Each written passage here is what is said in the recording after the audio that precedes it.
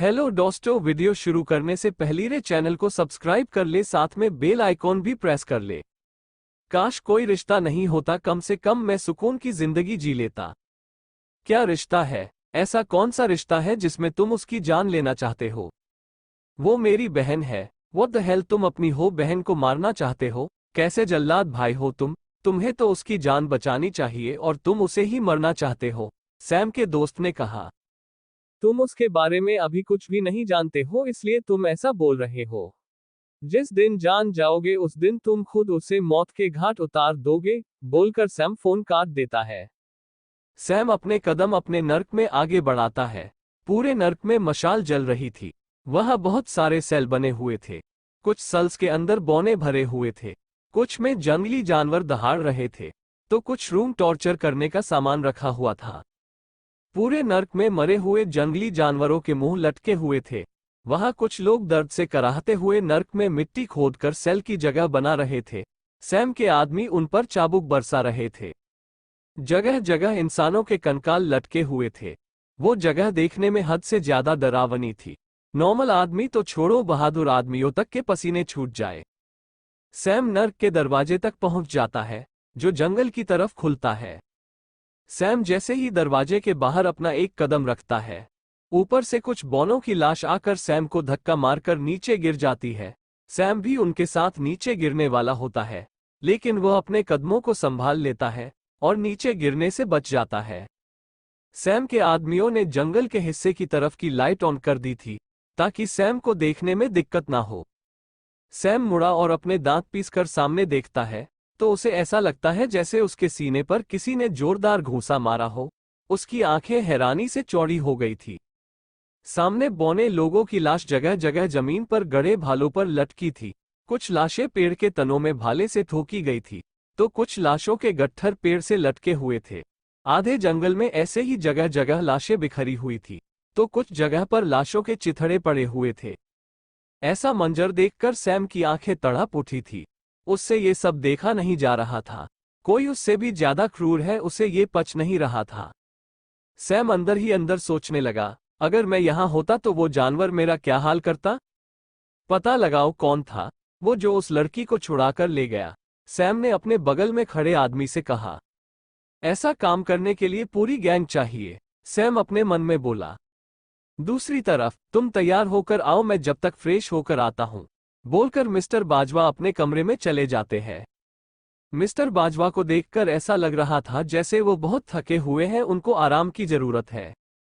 पापा की तबीयत भी मुझे ठीक नहीं लग रही है, हॉस्पिटल जाकर पापा का भी चेकअप करवा दूंगी, सिया अपने मन में बोली। मिस्टर बाजवा फ्रेश होकर नीचे आ जाते हैं। उनका चेहरा पीला पड़ गया। चलो सिया, बोलकर मिस्टर बाजवा अपनी आंखें चुराकर बाहर चले जाते हैं। सिया दौड़कर उनके पीछे जाती है। सिया कार का डोर ओपन करती है, तो देखती है मिस्टर बाजवा पीछे की सीट पर ना बैठकर को ड्राइवर की सीट पर बैठे थे। सिया उदास होकर बैक सीट पर बैठ जाती है। सिया के मन में हजारों सवाल जन्म ले रहे थे। पापा को क्या हो गया है? वो ऐसे बिहेव क्यों कर रहे हैं? क्या इन सब की वजह वो मुझे मानते हैं? लेकिन मैंने तो गीत को बचाने की कोशिश की थी, उसमें मेरा हाथ भी छिल गया था। सिया उदास होकर अपने मन में सोचती जा रही थी। सिया की आंखों से आंसू भी गिरने लगे थे। मिस्टर बाजवा को सिया के सुबकने की आवाज आती है। कार रोको, मिस्टर बाजवा ड्राइवर से बोले। कार एकदम से रुक जाती है। मिस्टर बाजवा कार से उतरकर पीछे की सीट पर सिया के पास बैठ जाते हैं और उसका सर अपने कंधे पर रख बड़े प्यार से सिया के बालों को सहलाकर बोले, इन सब में तुम्हारी कोई गलती नहीं है। मैं बस गीत और अभय को लेकर थोड़ा परेशान हूं, इसके अलावा और कोई प्रॉब्लम नहीं है। सिया अपने आंसू पोंछकर बोली, पापा मैं जानती हूं आप परेशान हैं। अभय और गीत के लिए मुझे भी दुख है। मैं आपकी बेटी हूं, आपका ख्याल रखना मेरा फर्ज है। आप मुझसे अपनी परेशानी बांट सकते हैं, उसे छिपाकर मुझे पराया मत किया कीजिए। ओक बाबा सॉरी, अपने पापा को माफ कर दो, बोलकर मिस्टर बाजवा सिया के सिर को चूम लेते हैं। सिया छोटे बच्चे की तरह मिस्टर बाजवा से चिपकी रहती है जब तक हॉस्पिटल नहीं आ गया था। हॉस्पिटल में गीत को एडमिट कर अभय खुद के ट्रीटमेंट के लिए चला जाता है। मिस्टर बाजवा और सिया हॉस्पिटल पहुंच जाते हैं। बॉडीगार्ड नीचे आकर उनको रिसीव कर गीत के रूम में ले जाता है। मिस्टर बाजवा बाहर बॉडीगार्ड से कुछ बात करने लग जाते हैं। सिया जल्दी से डोर ओपन कर रूम के अंदर चली जाती है।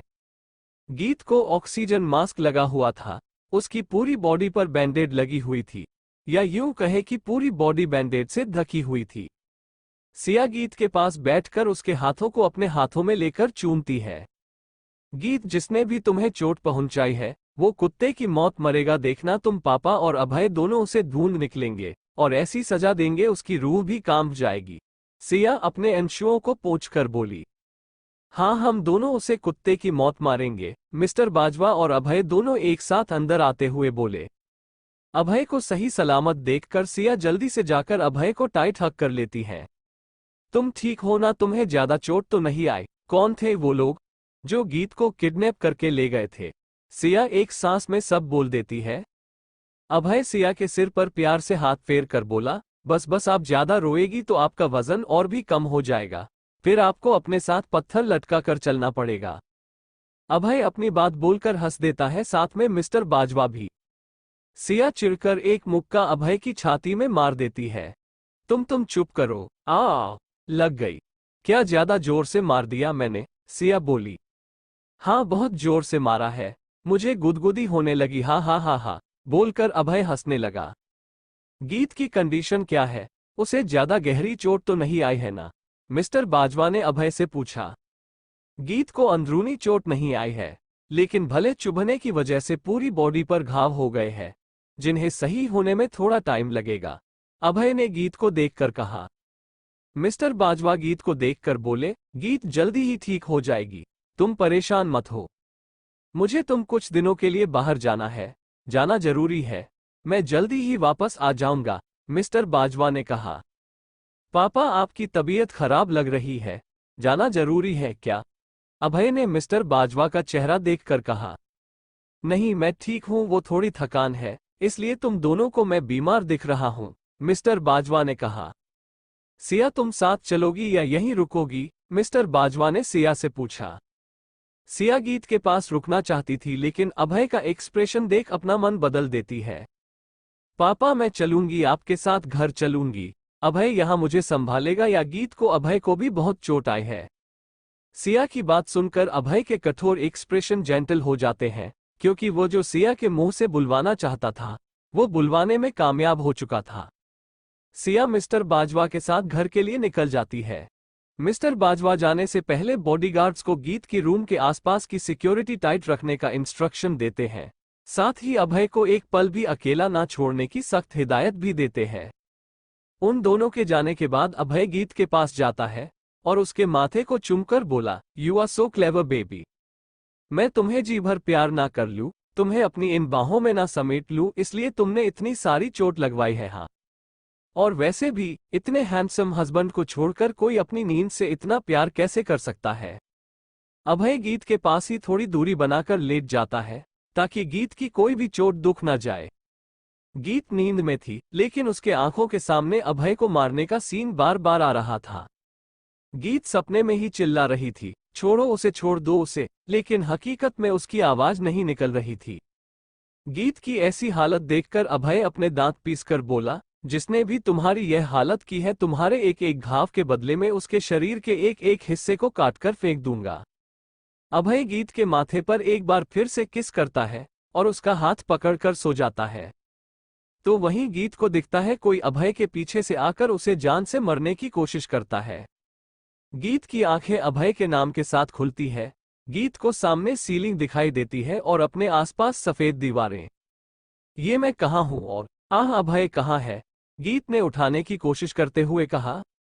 गीत को अपने हाथ में किसी का हाथ महसूस होता है तो वह अपने साइड में देखती है। अभय रेड टी शर्ट में उसके बगल में लेटा हुआ था, उसकी बाजू में छोटे छोटे कील चुभने जैसे निशान थे। गीत अभय के माथे पर किस कर बोली, थैंक गॉड तुम ठीक हो। अभय नींद में कुछ बड़बड़ा रहा था। गीत उसे ठीक से सुनने की कोशिश करती है। जब तुम ठीक हो जाएगी मैं इन किसेस का बदला रोज रात को लिया करूंगा, अभय बड़बड़ाया। गीत जैसे ही यह सुनती है अपनी जगह पर सीधी लेट जाती है और मन ही मन सोचने लगी, यह इंसान कभी नहीं सुधर सकता, ये बोलना भी जानता है, और सारी दुनिया से छिपता है। दूसरी तरफ सिया और मिस्टर बाजवा घर पहुंच चुके थे। मिस्टर बाजवा जल्दी से टेबल पर डिनर लगवाते हैं क्योंकि उन्हें पता था सिया ने अभी तक कुछ भी नहीं खाया है।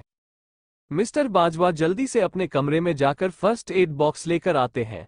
नीचे आते आते उनके कदम एकदम से रुक जाते हैं क्योंकि उन्हें सिया की कमरे से कुछ रोशनी आती हुई दिखाई दे रही थी।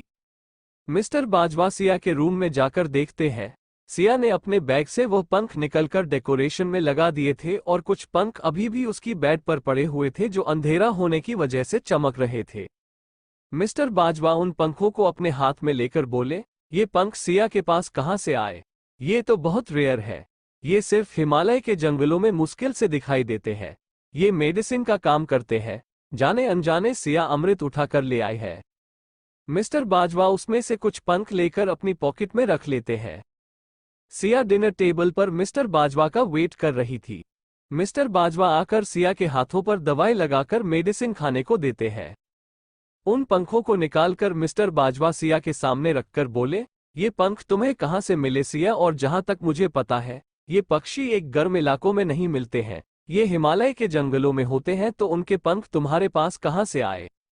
तो ये तो मुझे कॉलेज में मिले थे। सिया मिस्टर बाजवा को सारी बात बता देती है। सिया की बात सुन मिस्टर बाजवा हैरान हो जाते हैं। आपको भी मेरी बातों पर यकीन नहीं हो रहा है ना? गीत को भी नहीं हो रहा था, बोलकर सिया खाना खाने में लग जाती है। To be continue.